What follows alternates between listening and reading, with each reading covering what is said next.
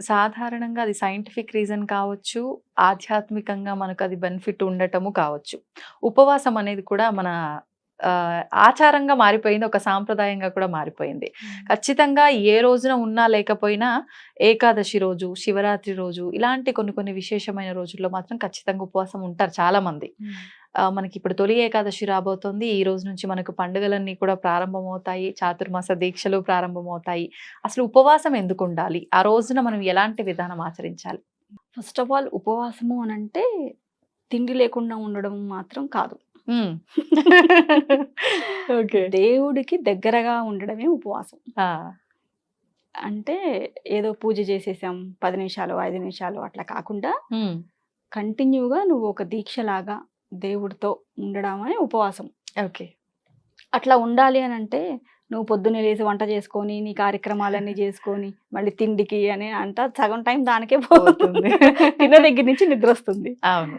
వ్యాయామం అంతేపు పడుకుంటాం. అంతే. కాబట్టి ఖాళీ కడుపుతో ఉంటే భగవంతుడికి దగ్గరగా ఉండడానికి నీ ఆర్గాన్స్ కానివ్వండి, నీ అవును. ఆరా కానివ్వండి, అవన్నీ ఇంద్రియాలు ఏవైతే చక్రాలు ఉన్నాయో అవన్నీ యాక్టివేట్‌గా ఉంటాయి. నిద్రావస్థలోకి కాకుండా.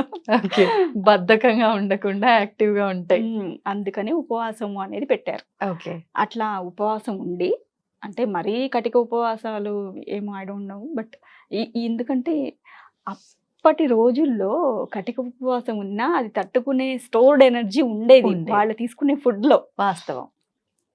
ఇప్పుడు మనం తీసుకునే ఫుడ్‌లో స్టోర్డ్ ఎనర్జీ ఎక్కడ ఉంటుంది? ఎంత తిన్నా పొట్ట పెరుగుతుంది గానీ మనకు పూట పోషక విలువలు తినకపోతే రావట్లేదు. డమ్మని పడిపోతాం మనం. అవును. సో అలా స్టోర్డ్ ఎనర్జీ కూడా ఉండట్లేదు. ఇప్పటి ఉండట్లేదు. ఫుడ్‌లో అంతా మనం కరెక్ట్. చేసేదంతా చెత్త చెదారమే మనం తినేదంతా సగం. అవును. కాబట్టి మరీ కటిక ఉపవాసాలు లేకపోయినా కాస్త ఈ షుగర్లు, బీపీలు ఇవి కూడా ఉంటుంటాయి కాబట్టి అంటే దేవుడు నిన్ను బాధ పెట్టుకొని, నీ ఆత్మని బాధ పెట్టుకోను, నీ కడుపుని బాధ పెట్టుకోను దగ్గర కూర్చోమని చెప్పలేదు. నువ్వు కంఫర్ట్‌గా ఉండి నాతో ఉండమనే అంటారు ఆయన ఎప్పుడు. ఎందుకంటే ఆయన మన బాగు కోసమే తాపత్రయపడేవాడే భగవంతుడు.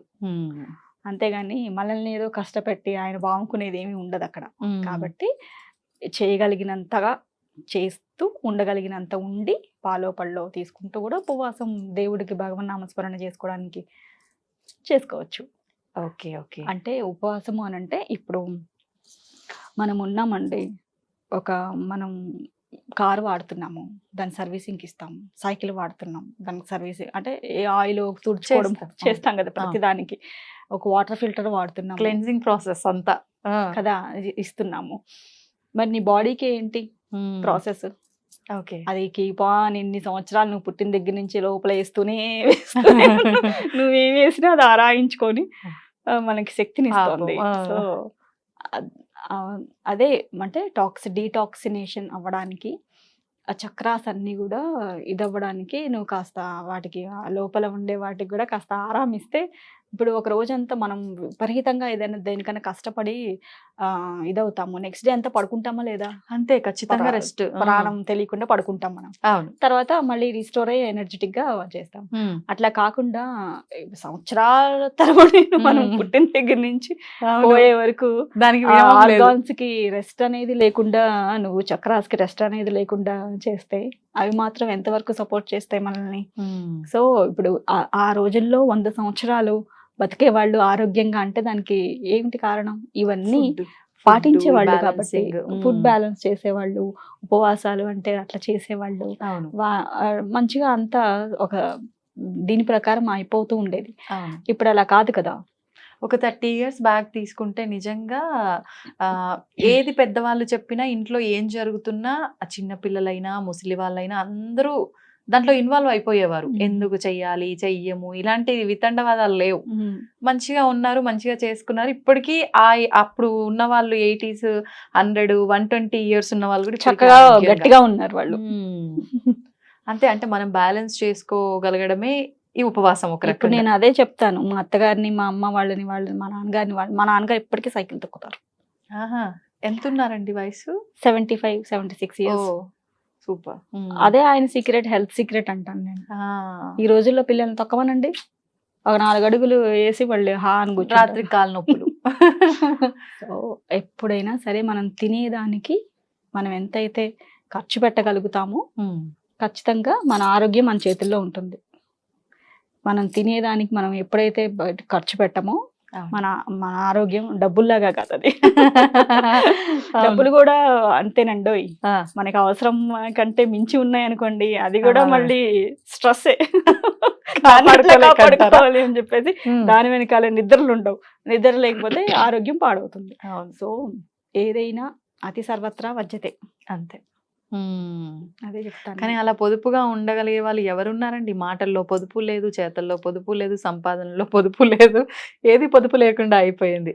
ఈ పొదుపుకు ఏదైనా టిప్ చెప్పండి మరి. పొదుపు అనంటే ఎంత సింప్లిసిటీగా లైఫ్ లీడ్ చేయగలిగితే అంత హ్యాపీగా ఉండొచ్చండి. అదే టిప్. ఉమ్, నాకు పక్కోడికి ఆ కారు ఉందంటే నాకు ఆడికంటే పెద్ద కారు ఉండాలి. ఉండాలి. పక్కోడికి ఒక స్టైర్ ఉందంటే నాకు ఇంకా 4 స్టైర్లు కావాలి అని ఆ. అనుకున్నామనంటే ఉండలేము అది. ఉమ్, అఫ్ కోర్స్ అలా చేస్తూ కూడా నువ్వు స్పిరిచువల్గా లేదంటే 10 మందికి ఉపయోగపడేలా ఉంటున్నావు అని అంటే అది నీ పూర్వజన్మ సుకృతం ఉమ్. అనుకోవాలి. ఉన్నారు అలాంటి వాళ్ళు కూడా. ఉన్నారు, ఉన్నారు. అంటే వాళ్ళకు ఉన్నటువంటి సంపదని, సిరిని ఎక్కడ ఖర్చు పెట్టాలో, ఎక్కడ ఖర్చు పెట్టద్దో, దేనికి ధర్మాలకి దేనికి వాడాలో, దేనికి వాడద్దో, ఎవడికి ఇస్తే దాన్ని వాళ్ళు సద్వినియోగంగా వాళ్ళు ఇది చేయగలుగుతారో తెలుసుకొని చేసే వాళ్ళు కూడా ఉంటారు. అవును. అలాంటి వాళ్ళు పుణ్యాత్ములు. ఎప్పుడో పూజలు చేసుకొని ఉంటారు, అలా ఈ అంతే. జన్మలో చేసుకోగలుగుతున్నారు. అందరూ ఉండలేరు. అందరిలా ఉండాలి అని మనం కూడా అనుకోకూడదు. అనుకోకూడదు. అవును. దట్ ఈస్ ద టిప్ అంతే.